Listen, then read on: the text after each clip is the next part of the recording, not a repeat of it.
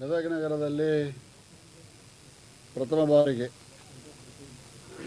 ಅತಿ ದೊಡ್ಡ ಮಹಾಯಜ್ಞ ಹಾಗೂ ಕಿರಿಯ ಕುಂಭಮೇಳ ಶ್ರೀ ಮಹಾಂತ ಸಹದೇವಾನಂದ ಗುರೂಜಿಯ ನೇತೃತ್ವದಲ್ಲಿ 11ನೇ ತಾರೀಕಿನಿಂದ 18ನೇ ತಾರೀಕಿನವರೆಗೆ ಗದಗ ನಗರದಲ್ಲಿ ಇದೊಂದು ಅತ್ಯಂತ ಪವಿತ್ರವಾದಂಥ ಕಾರ್ಯಕ್ರಮ ನಡೀತಾ ಇದೆ. ಈ ಕಾರ್ಯಕ್ರಮವನ್ನು ಆಯೋಜನೆ ಮಾಡಿದಂಥ ಇದರ ಅಧ್ಯಕ್ಷರಾದಂಥ ಕಿರಣ್ ಬೋಮಾ ಇರ್ಬೋದು, ರವಿ ದಂಡನ್ ಇರ್ಬೋದು, ವೇದಿಕೆ ಮೇಲಿದ್ದಂಥ ಎಲ್ಲ ಈ ಸಮಿತಿ ಚಾಲಕರಿಗೆ ಸಮಸ್ತ ಗದಗ ಜಿಲ್ಲೆಯ ಪರವಾಗಿ ಅಭಿನಂದನೆಗಳನ್ನು ಸಲ್ಲಿಸಲಿಕ್ಕೆ ಇಚ್ಛೆಪಡ್ತೇನೆ. ಇದೊಂದು ಬಹುತೇಕ ನಮ್ಮ ಜೀವಿತ ಅವಧಿಯಲ್ಲಿ ನೋಡ್ತಕ್ಕಂಥ,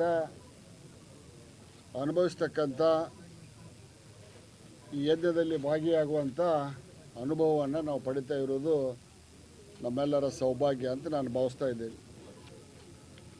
ಮಹಾಂತ ಸಾಧು ನಾಗಾ ಸಾಧು ಅವರ ಮುಖಾಂತರ ಈಗಾಗಲೇ ಹಲವು ಸುತ್ತಿನ ಸಭೆ ಸಮಾರಂಭಗಳನ್ನು ನಾವು ಮಾಡಿದ್ದೇವೆ.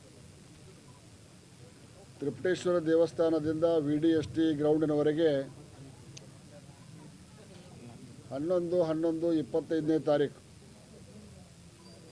ನಾಗಾ ಸಾಧುಗಳ ಮತ್ತು ಕುಂಭಮೇಳದ ಮೆರವಣಿಗೆ VDST ಗ್ರೌಂಡ್ವರೆಗೆ ಬರ್ತೈತಿ. ಸುಮಾರು ನಮ್ಮ ಅಂದಾಜು 5,000 ತಾಯಂದಿರು ಕುಂಭಮೇಳದಲ್ಲಿ ಭಾಗಿಯಾಗ್ತಾರೆ. ಇದು ಕೂಡ ಒಂದು ಇತಿಹಾಸವನ್ನು ಸೃಷ್ಟಿಸುವಂಥ ಒಂದು ಕಿರಿಯ ಕುಂಭಮೇಳ ಅನ್ಬೋದು ಅಂತ ಕರಿಬೋದು. ನಾವು 9 ಅಗ್ನಿಕುಂಡದ ಮುಖಾಂತರ ಇದೇ VDST ಗ್ರೌಂಡ್ನಲ್ಲಿ 100 ನಾಗಾ ಸಾಧುಗಳು, 100 ನಾಗಾ ಸಾಧು ಅಂತಂದರೆ ಹಿಮಾಲಯದಲ್ಲಿ ತಪಸ್ಸನ್ನು ಮಾಡಿ ತಪಶಕ್ತಿಯನ್ನು ಅಳವಡಿಸ್ಕೊಂಡಂಥವ್ರು. ಸುಟಿ ಕಡಬ ಏನು ನಾವು ಮಹಾಕುಂಭಮೇಳದೊಳಗೆ ಕಠಿಣವಾದಂಥ ತಪಸ್ಸನ್ನು ಮಾಡಿದಂಥ ಸಾಕ್ಷಾತ್ ದೈವಿ ಸ್ವರೂಪರಾದಂಥ ನಾಗಾ ಸಾಧುಗಳನ್ನು ನೋಡಿದ್ದೀವಿ. ಅಂಥ ನಾಗಾ ಸಾಧುಗಳನ್ನು ನೋಡುವಂಥ ಸೌಭಾಗ್ಯ ನಮಗೆ ಸಿಗ್ತೈತಿ. ಅವರ ತಪಸ್ಸಿನ ಫಲ, ಈ ಯಜ್ಞದ ಫಲ ಗದಗ ಜಿಲ್ಲೆಗೆ ಮಾತ್ರವಲ್ಲದೆ ಸಮಸ್ತ ಕರ್ನಾಟಕಕ್ಕೆ ದೊರೆಯುವಂತಾಗಲಿ ಅಂಥೇಳಿ ಆ ಭಗವಂತನಲ್ಲಿ ನಾನು ಪ್ರಾರ್ಥನೆಯನ್ನು ಮಾಡ್ತೇನೆ. 1,000 ಬಹುತೇಕ ಉತ್ತರ ಭಾರತದಲ್ಲಿ ಸಿಗ್ಬೋದಾದಂಥ ದಿವ್ಯ ಔಷಧಿಗಳ, ವನಸ್ಪತಿಗಳ ಒಂದು ಸಮ್ಮಿಶ್ರಣವನ್ನು ಕೂಡ ಈ ಯಾಗದಲ್ಲಿ ಅಗ್ನಿಗೆ ಆಹುತಿ ಮಾಡುವಂಥ ಒಂದು ಪ್ರಕ್ರಿಯೆ ಕೂಡ ನಡೀತಾ ಇದೆ. 900 ನದಿಗಳ, ದೇಶ ವಿದೇಶಗಳ 900 ನದಿಗಳ ನೀರನ್ನು ತಂದು ಈ ಯಜ್ಞಕ್ಕೆ ಬಳಸುವಂಥ ವ್ಯವಸ್ಥೆ ಆಗಿದೆ. ಸುಮಾರು 200 ಜನ ವೈದಿಕರು ಉಜ್ಜಯಿನಿ ಮಹಾಕಾಲದಲ್ಲಿ ಏನು ಪ್ರತಿನಿತ್ಯ 3 ಬಾರಿ ಶಿವನ ಒಂದು ಆರಾಧನೆಯನ್ನು ಮಾಡ್ತಾರೆ ಅಂಥ ಶ್ರೇಷ್ಠ ವೈದಿಕರು ಈ ಕುಂಭಮೇಳದಲ್ಲಿ ಭಾಗಿಯಾಗ್ತಾ ಇರೋದು ನಮ್ಮೆಲ್ಲರ ಸೌಭಾಗ್ಯ. 18ನೇ ತಾರೀಕಿಗೆ ಧರ್ಮಸಭೆ ನಡೀತೈತಿ. ಈ ಕಾರ್ಯಕ್ರಮಕ್ಕೆ ನಾನು ಮತ್ತು ಹಿರಿಯರಾದಂಥ DR ಪಾಟೀಲರು ಗೌರವ ಅಧ್ಯಕ್ಷರಾಗಿದ್ದೇವೆ. ಅಧ್ಯಕ್ಷರಾಗಿ ಕಿರಣ್ ಬೋಮಾ ಮತ್ತು ಸಂಘಟಕರು, ಕುಲಕರ್ಣಿ ಇರ್ಬೋದು, ರವಿ ದಂಡನ್ ಇರ್ಬೋದು, ಎಲ್ಲರೂ ಕೂಡ ಈಗಾಗಲೇ ಈ ಕೆಲಸವನ್ನು ಪ್ರಾರಂಭ ಮಾಡ್ಯಾರ. ಸುಮಾರು 3 ಕೋಟಿ ರೂಪಾಯಿಗಳಷ್ಟು ವೆಚ್ಚ ಈ ಒಂದು ಕಾರ್ಯಕ್ರಮಕ್ಕೆ, ಈ ಒಂದು ಪೂಜೆಗೆ ತಗಲ್ತಾ ಇದೆ ಅನ್ನೋ ಮಾತು ಕೂಡ ತಮ್ಮೆಲ್ಲರಿಗೆ ಹೇಳ್ತಾ, ಈಗಾಗಲೇ ಹಲವಾರು ಕೊಡುಗೆ ದಾನಿಗಳು ಈ ಧರ್ಮ ಕಾರ್ಯಕ್ಕೆ ಕೈ ಜೋಡಿಸಲು ಮುಂದೆ ಬಂದು ಹಣವನ್ನು ಕೊಡ್ತಿದ್ದಾರೆ ಅನ್ನುವಂಥ ಮಾಹಿತಿ ಕೂಡ ಕಿರಣ್ ಬೋಮಾ ಅವರು ಹೇಳಿದರು. ಈ ಯಜ್ಞ ಕಾಲದಲ್ಲಿ ಜಿಲ್ಲೆಯ ಹಿರಿಯರಾದಂಥ HK ಪಾಟೀಲ್, ನಾನು ಮತ್ತು DR ಪಾಟೀಲರು ಗೌರವಾಧ್ಯಕ್ಷರು.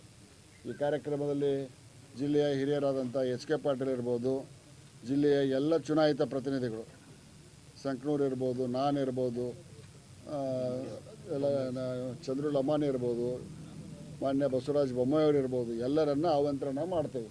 ಎಲ್ಲರೂ ಬಹುತೇಕ ಒಂದಿಲ್ಲ ಒಂದು ದಿವಸ ಇಂಥ ಒಂದು ಕಾರ್ಯದಲ್ಲಿ ಬಂದು ಭಾಗಿಯಾಗ್ತಾ ಇದ್ದಾರೆ.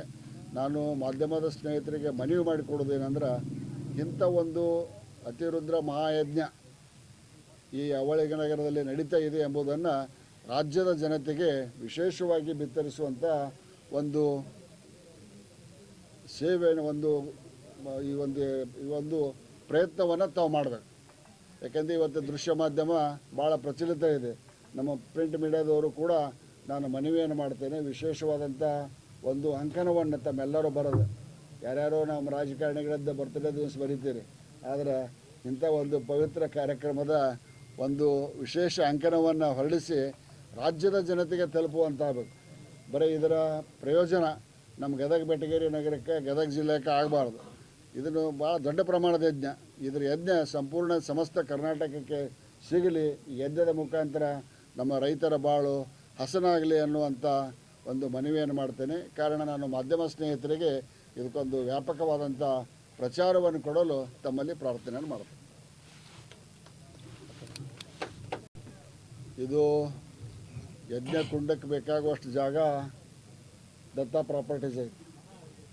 ಆಮೇಲೆ ಯಾರಿಗಾದರೂ ತಪ್ಪು ಗ್ರಹಿಕೆ ಆಗಿದ್ರೆ ನಾನು ವೈಯಕ್ತಿಕವಾಗಿ ಅವರನ್ನು ಭೇಟಿಯಾಗಿ ತಪ್ಪು ಗ್ರಹಿಕೆಯನ್ನು ಬಗೆಹರಿಸುವಂಥ ಪ್ರಯತ್ನವನ್ನು ಮಾಡ್ತೇನೆ.